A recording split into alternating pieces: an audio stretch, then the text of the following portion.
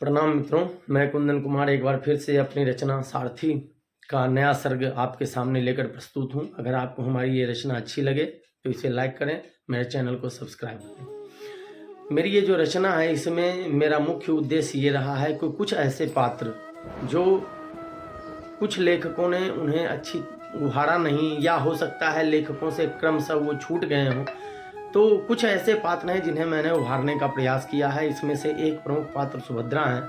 जब अभिमन्यु की मृत्यु हो जाती है और एक माता का संताप क्या होता है वो मैंने इस रचना में व्यक्त किया है, और इसको मैंने शीर्षक दिया है अंतिम प्रणाम।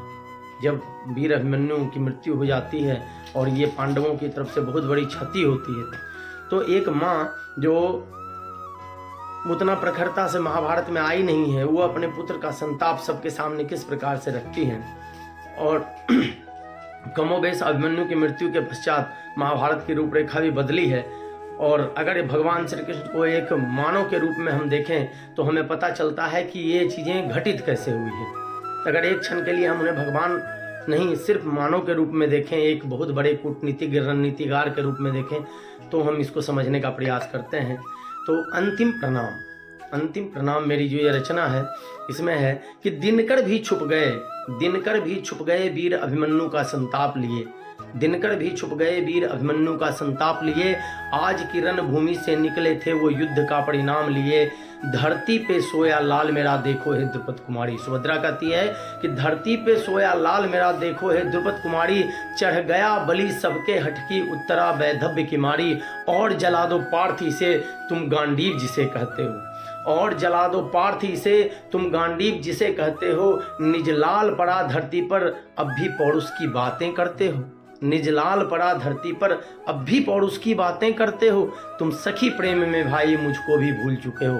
भगवान श्री कृष्ण को सुभद्रा कहती है कि तुम जो है ये द्रौपदी के प्रेम में, द्रौपदी से अपना सखापन, बालपन की जो सखा और सखी वाली बात है वो निभाने के चक्कर में तुम सखी प्रेम में भाई मुझको भी भूल चुके हो। कहीं सुदर्शन रथ की बाग पकड़कर भूल चुके हो। कहीं ऐसा तो नहीं कि रथ की बाग पकड़कर तुमने सुदर्शन चलाना भी छोड़ दिया या भूल गए हो। कहीं सुदर्शन रथ की बाग पकड़कर भूल चुके हो। कहते हैं सारथी और रथी एक जान हुआ करते हैं।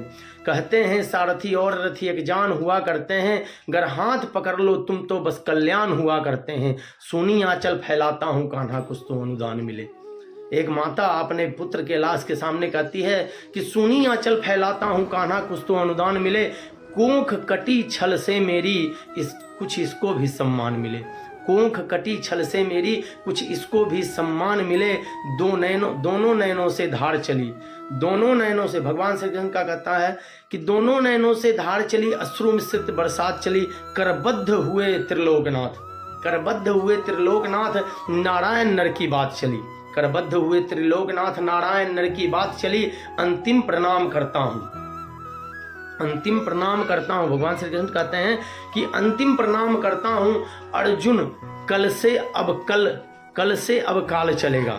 अब यहाँ से भगवान श्री कृष्ण मानव रूप में है। मैंने भगवान श्री कृष्ण को यहाँ से शुद्ध मानव रूप के रूप में मतलब चित्रित किया है। जिस प्रकार से एक व्यक्ति है, उसका भांजा मर गया है, उसकी बहन शोक संतप्त है, तो वो क्या कहता है कि अंतिम प्रणाम करता हूँ अर्जुन, कल से अब काल चलेगा। सुनी आंचल है भगनी की कुछ तो अनुदान मिलेगा।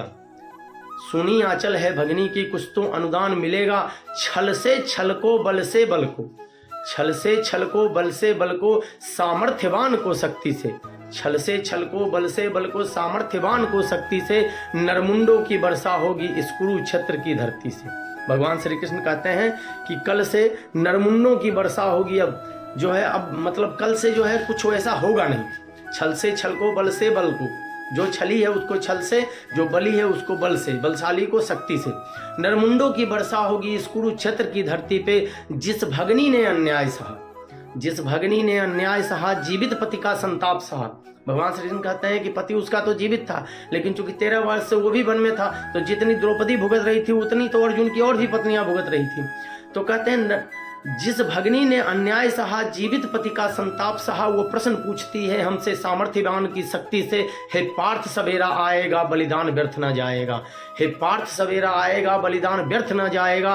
कल से नियम मेरे होंगे। कल से नियम मेरे होंगे, कर और बाण तेरे होंगे, सूरज को भी छुपना होगा, मर्यादा को विधना होगा, हो चाहे कोई महारथी तिनके जैसा कटना होगा, हो चाहे कोई महारथी तिनके जैसा कटना होगा, मृत्यु का तांडव होगा, मृत्यु का तांडव होगा, मर्यादा का चीरहरण होगा, मृत्यु का तांडव होगा, मर्यादा का चीरहरण होगा, मानव पशुवत व्यवहार करे ऐसा यह महासमर होगा, मानव पशुवत व्यवहार करे ऐसा यह महासमर होगा, जब अब जीते चाहे कोई धरा। अब यहाँ ये कुछ नहीं है कौन जीत रहा है कौन हार रहा है, मैं पहले ही कह चुका हूँ कि मैंने भगवान के रूप में अब चित्रित नहीं किया है, मैंने एकदम विशुद्ध मानव के रूप में इन्हें चित्रित किया है। और ये कहते हैं अब जीते चाहे कोई धरा, राजा इसका अंकुर होगा, चाहे अब कोई भी जीते कोई भी हारे, राजा जो इसका अगला मतलब पुत्र आने वाला है या जो अगली इसकी संतान आने वाली है वही होगी। अब जीते चाहे कोई धरा, राजा इसका अंकुर होगा, हे पुत्र विदा लो अब हमसे। अब अभिमन्यु को कहते हैं हे पुत्र विदा लो अब हमसे, अब कल कल सा न कभी होगा। अब जो कल तक जो महाभारत का युद्ध हो रहा था वो अब नहीं होगा कल से। हे पुत्र विदा लो अब हमसे, अब कल कल सा न कभी होगा, इस कुरुक्षेत्र की धरती पे करुणा का नाम नहीं होगा, इस कुरुक्षेत्र की धरती पे करुणा का नाम नहीं होगा। प्रणाम। अगर हमारी ये कविता अच्छी लगे तो मेरे चैनल को लाइक करें, सब्सक्राइब करें, बेल आइकन प्रेस करें, ताकि मैं उत्साहित होकर इसके अगले सर्ग को आपके सामने प्रस्तुत करूं। प्रणाम।